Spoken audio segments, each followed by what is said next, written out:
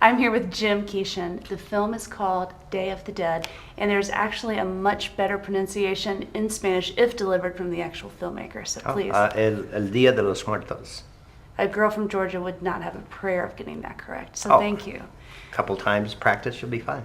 So we're really interested to hear about your film because it's very different from a lot of the formats we're seeing. It's animation, correct? It's an animated film. It's in 2D, although I use 3D animation in it as well. But I mask the 3D so it all looks like 2D animation. So tell us about the film and the storyline. Educate us about the film. The film is the story of a small boy who loses his pet, and he's devastated.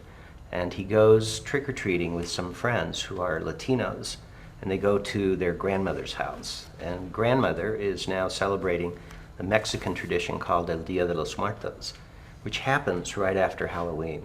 So what she's doing is honoring the memory of her husband, the grandfather, by celebrating the Day of the Dead. And she does that by sprinkling marigold petals outside the house to the inside, so his spirit has a path to travel.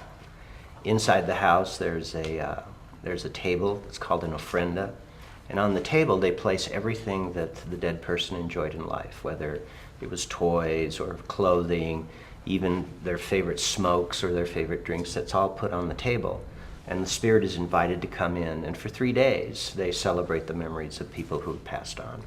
But the little boy is still devastated with the loss of the pet, so the grandmother tells him about the pet iguana that her husband had named Pancho. And in a magical sort of way, we go back to the cemetery in Mexico where Pancho is buried, and Pancho is awakened and sent on his own marigold path to East LA, where the film story is taking place. The iguana. The iguana. Yes. And he is reunited with Dionisio. And when he gets reunited, he finds Dionisio sitting next to the ofrenda, listening to Grandma tell the stories to the children. And the little boy sees that the two have been reunited and understands a little better about the celebration of the Day of the Dead and accepts the death of his pet more easily. Well, it's, I think, for children a lot easier to understand things in a more fanciful way, and animation is the perfect medium for that.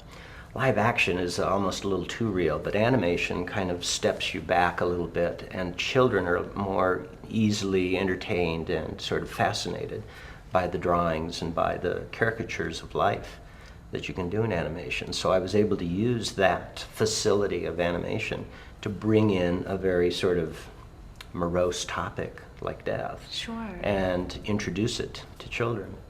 Will you come back to Jacksonville Film Festival? I'm working on my next film, so hopefully I'll submit it and I will be accepted into Jackson Hole again.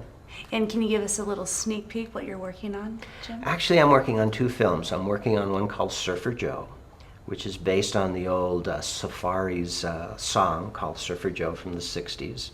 And the other one is, again, another Latin themed story called Inca mythology.